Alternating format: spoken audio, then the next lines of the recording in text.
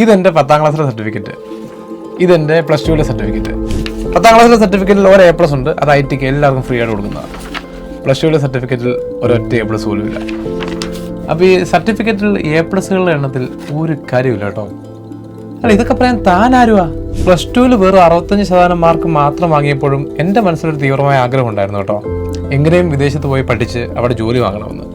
അങ്ങനെ ഇവിടെ ന്യൂസിലൻഡിലെത്തി. ഇന്ന് എനിക്ക് ജീവിതത്തിൽ ഞാൻ ചെയ്യാൻ ആഗ്രഹിക്കുന്ന, ഇഷ്ടപ്പെടുന്ന കാര്യങ്ങൾ ചെയ്ത് സ്വന്തം നിലയ്ക്ക് വളരെ ഹാപ്പി ആയിട്ട് ഞാൻ ജീവിക്കുന്നു. സർട്ടിഫിക്കറ്റിലെ A+കളുടെ പിൻബലം ഒന്നുമില്ലാതെ. സോ സർട്ടിഫിക്കറ്റിലെ A+കളുടെ എണ്ണം കുറവായി പോയി എന്ന് കരുതി വിഷമിച്ചിരിക്കുന്ന എൻ്റെ പ്രിയപ്പെട്ട അനിയന്മാരോട് അനിയത്തിമാരോട് എനിക്ക് ഒന്നേ പറയാനുള്ളൂ, A+കളുടെ എണ്ണമല്ല കേട്ടോ നിങ്ങളുടെ ജീവിത വിജയത്തെ നിർണ്ണയിക്കാൻ പോകുന്നത്. മറിച്ച് ജീവിതത്തിൽ എന്ത് നേടിയെടുക്കണമോ അത് തീവ്രമായി ആഗ്രഹിക്കുക, അതിനുവേണ്ടി പ്രയത്നിക്കുക. നിങ്ങളുടെ മുന്നിലേക്ക് അവസരങ്ങൾ ഒഴുകിയെത്തും. This is RJ Godwin, the migrator Mallu. High five to all souls.